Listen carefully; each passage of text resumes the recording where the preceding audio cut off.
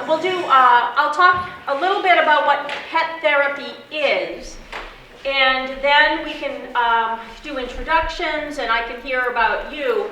So my name is Sally Craig, and I am the director of BePawsitive Therapy Pets and Community Education. So this is... I'm Helen Dolan, and this is Brady Buddy. Yep, and then this is Saryu. And Saryu is a Catahoula leopard dog retriever mix. She is a sweetheart. And she lives with 2 cats, and she is like the number 3. The 2 cats run the show. But I started doing what's called animal-assisted therapy back in 2014. So I went to Tufts, and I did their Pet Partners program. And then I realized we needed pet therapy up in North Worcester County because their vet program is down in Grafton. And that's very far away. So they were, registering people, but there's nobody up this part of the world. I knew from my work on the Fitchburg School Committee that there was a lot of need. What animal-assisted therapy does, or pet therapy, is it's very immediately relaxing. Now, if anyone has an allergy, you don't have to touch the pets to get the benefit. We have been living with animals for tens of thousands of years. And that means animals have been living with us. You gonna sit down? That's fine, all right. But I'm gonna scoot forward so we're not, hold on. She's waiting to be adored. So I just wanna be mindful of the camera. So we have been living with animals for much longer for them. Because animals, you can have rabbits every 2 months or something. You can have dogs, right? A dog could have a few litters a year, same with cats. So the generations of animals who've lived with us, it's a huge number. And that's why we have worked hard to make animals, be our companions. We visit Fitchburg Public Schools, Helen and I. We go to a it's called Learning Perspectives. It is for children in elementary school who have difficulty in a regular classroom. They're disruptive, they can't concentrate, their reading is below grade level, but we go on Mondays and we visit 2 classrooms, and these are kids who struggle to read for 2 minutes straight. But these kids can sit, and with a book open and an animal next to them, and they're petting the animal, and they're reading, and their reading scores go up. So it's very significant. We've been at Fitchburg since 2014. We also visit people in hospice. If we are asked to visit someone in hospice, we will go. We're a volunteer group. We also train and mentor therapy pet teams. Feel free to pet if she would like that a lot. If anyone lunged forward. Up to me. Yeah, she is a very, very affectionate dog. So we also organize low-cost vaccine clinics. I live in Fitchburg. Helen and I both live in Fitchburg. I currently serve as a city councilor in Fitchburg, so I've had a lot of experience understanding the population of the city, how things work. There is a lot. The animal control officer is very busy, but we have worked hard by having low-cost vaccine clinics for pets and having, by all means, she'll be very happy. Yeah, jump in. So we try to cover a whole circle. So we visit students in classrooms, and we talk to kids about spaying and neutering their pets. We also talk to them about the best way to treat an animal. Like how do you speak to an animal? Do you yell at them when you're mad at them? No, you don't. So we have been going to after schools. Once a month we go to the sheriff's office. So we work with mostly women, but some men, who are on pre-release programs. So people who are finishing a sentence, or they're on probation, and they're folks who have experienced trauma. Right. Yeah. So we also visit, tomorrow we're at the Sundial, which is an elder residential facility in Fitchburg that the Unitarian Church runs. Where were we yesterday? Where were we yesterday? Alpha Lions. Yeah, with the residents, yes. Isn't that funny? I know, we've been really busy.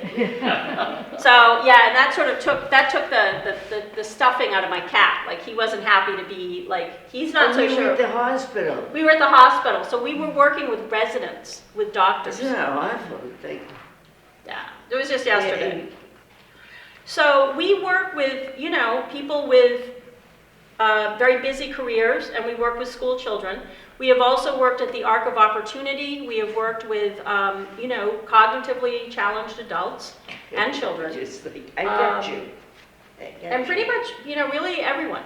So animal-assisted therapy is just what, tell me your name again. Victoria. Victoria. Just what Victoria is doing. So when you're visiting with an animal, when you're interacting, it's very positive. And if you know anyone who suffers from dementia or who has cognitive lapses, spending time with an animal can have really amazing results. Also, if you have arthritis in your hands, Yes, I do. you need to pet this dog because it's not like doing physical therapy where you're making an effort. Where you're naturally petting an animal, you're relaxing. So that's kind of an overview on Pet Therapy 101. I'm wondering whether we couldn't, Helen, what if we were to, would you like to sit there and pet the bunny? Oh, Why okay. don't you do that? Yeah, because he likes to be petted. He likes to be petted a lot. I put him down the other day, and every time I put him down. Where do you get your animals? So it's not like I animals, don't want it's my teams. dad having poop. So we started because I had a little black cat named Wendell, and I went and got training. And then I got other people in Fitchburg who were interested, and one woman had two women had cats. And cats are easier to register than dogs because cats you just carry. Same thing, a rabbit, you carry it. They don't need commands. But we're going to be having, The kids. I'm going to say April or May. Since COVID, it's been tough. That's exactly what they say. It's so soft. Do you work with needs at all? We actually work alongside needs. So the first Saturday of every month in Fitchburg, we're at the library. And we have for quite a long time have had a connection with Cinda, who's one of the volunteers. So she brings the pet that she is training, the dog she's training, and she's also alerted other people. So we work with needs the first Saturday of every month. So we get to see what their dogs do. Their dogs are required to do a lot more than a therapy dog. But it's very interesting. Yeah, I used to get a dog from my grandmother up there that failed on something, but it was already basically trained. Right. Yeah, that does happen with the needs dogs. Involved in training therapy. So it's really, what we do is we work with the team. You really have to get, for her, like she knows stop, she knows sit. I don't want to say the words too loud, but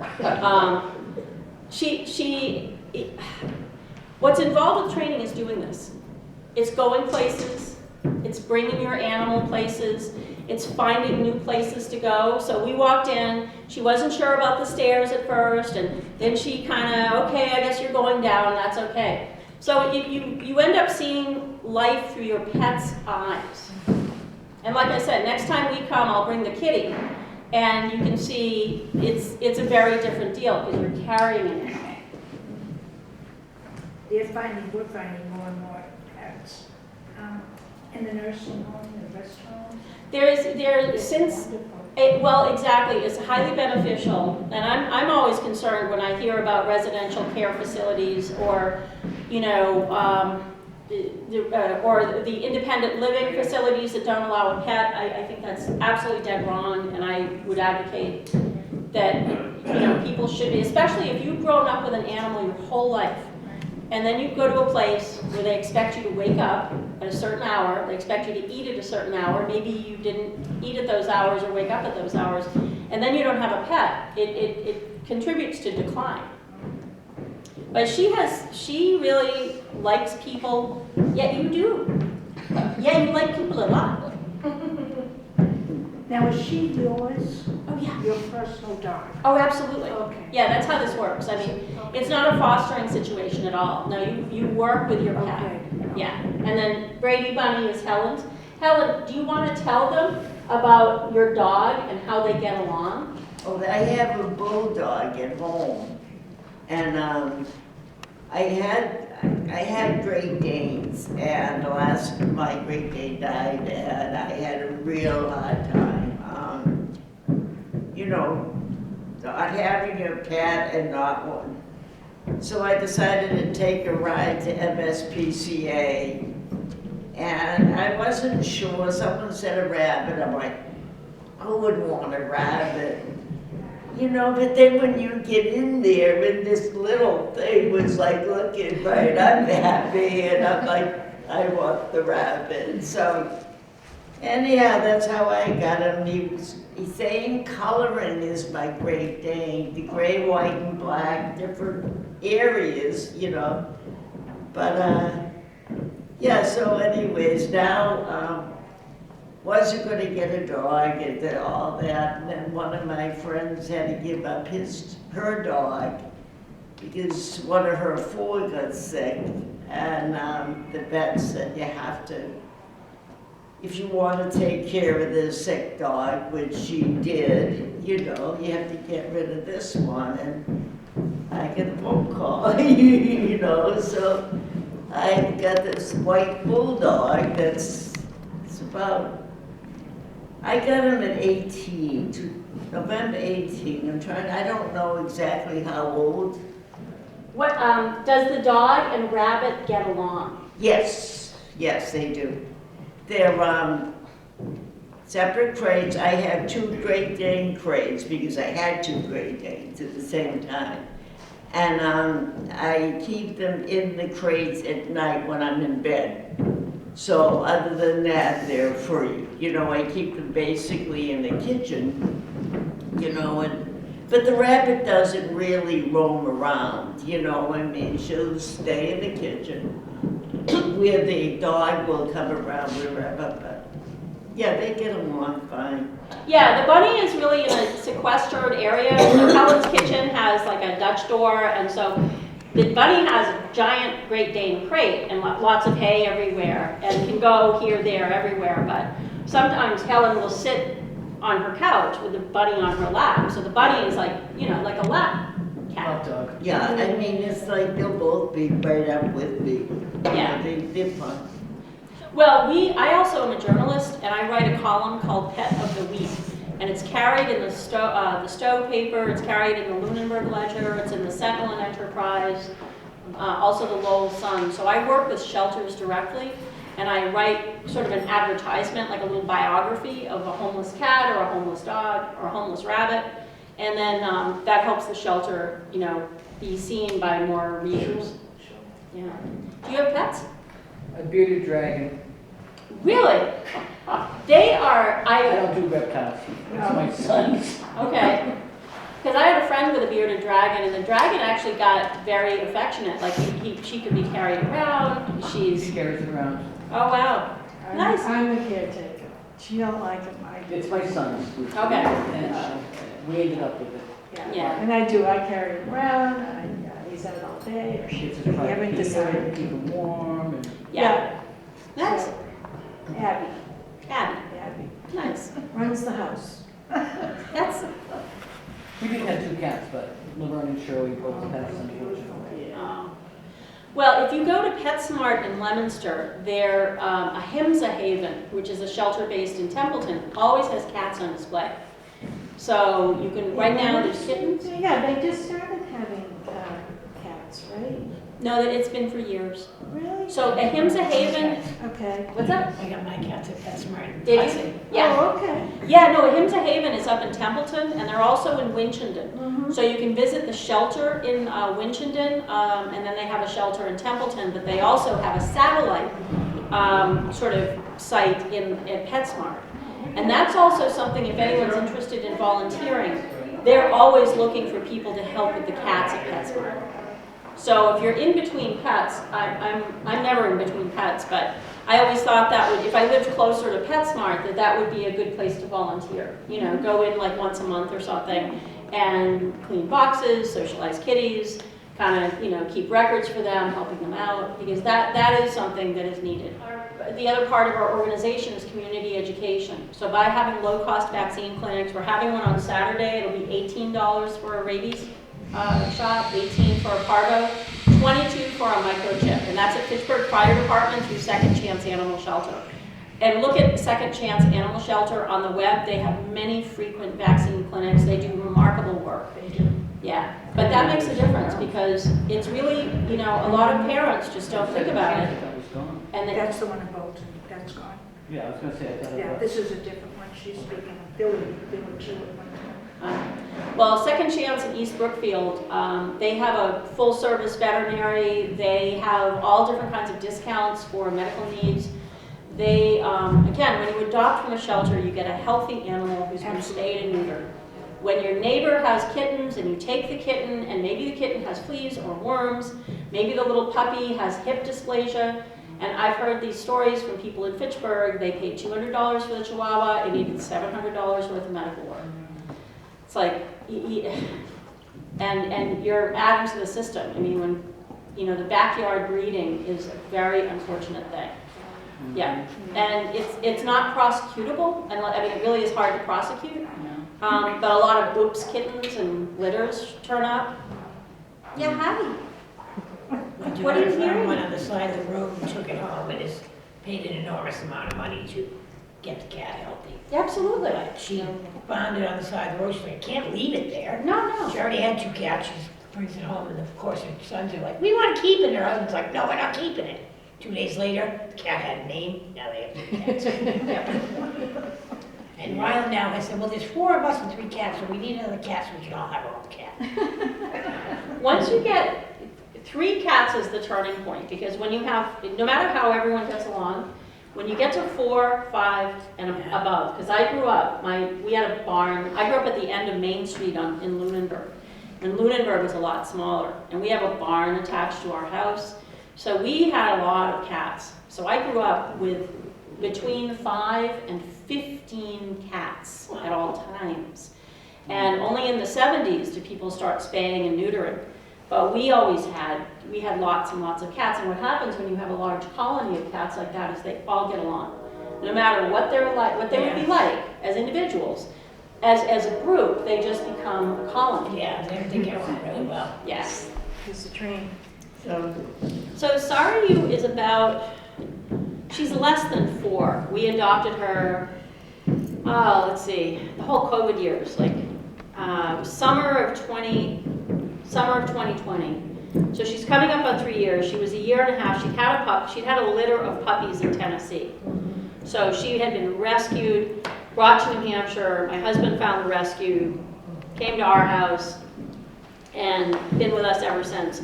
So yeah, she's under 5. So, but she's been like this. This is what she's like. She's just super affectionate. Sleeps with my daughter. Her ears are soft. Yeah, actually, We should tell them how well these 2 get along. they do. It's amazing, yeah. Yeah. So I don't think I have it with me today, but one of the things that we do is that we, where is my,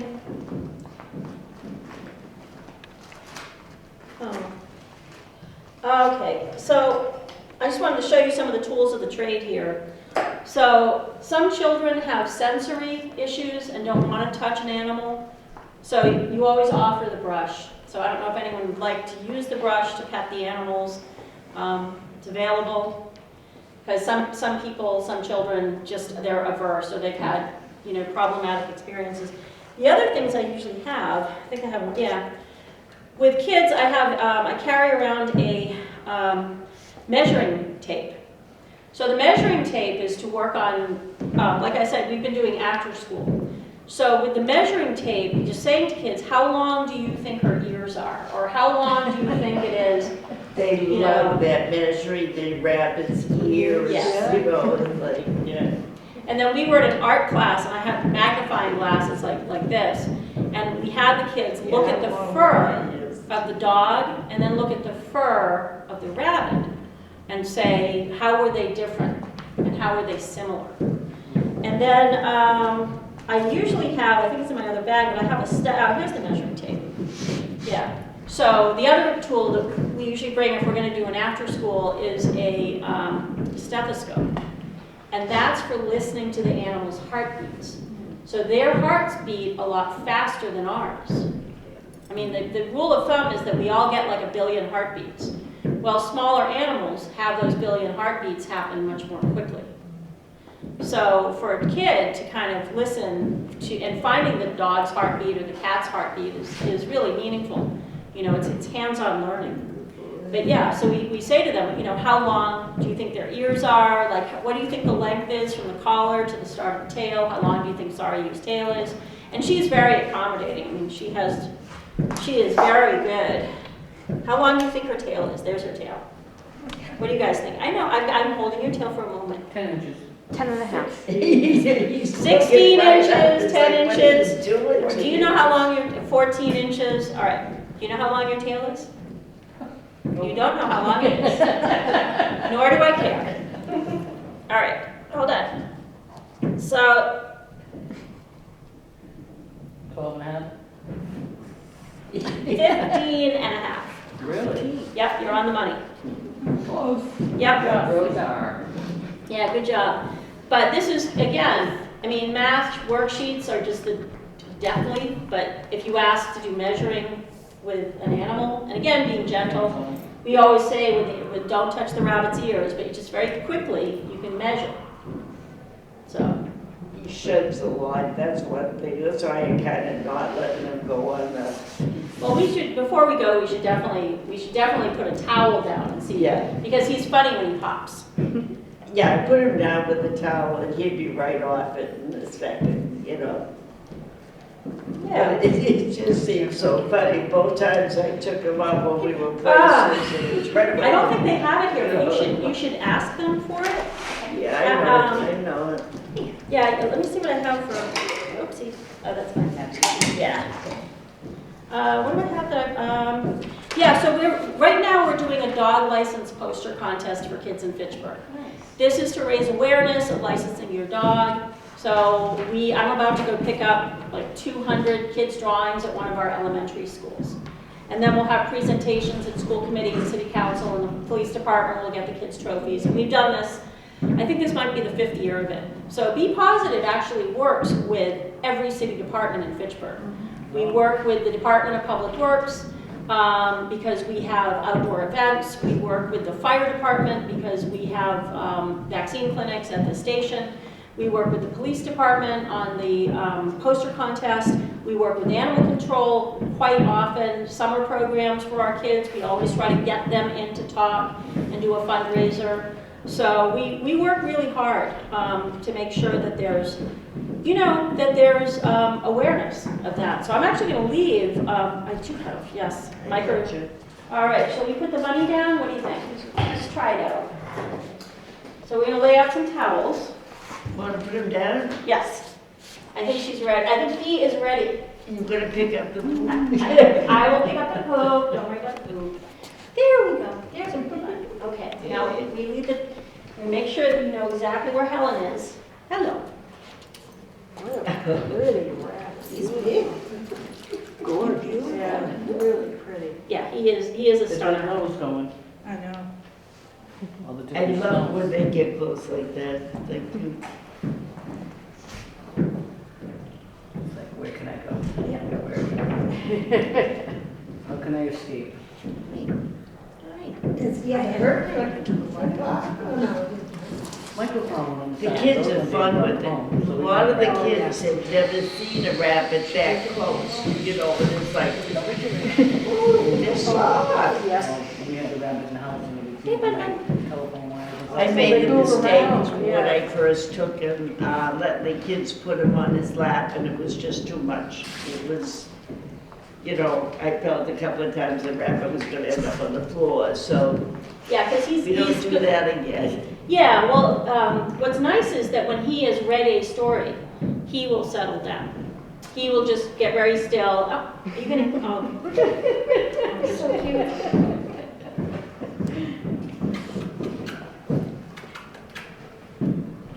Is that your buddy? Have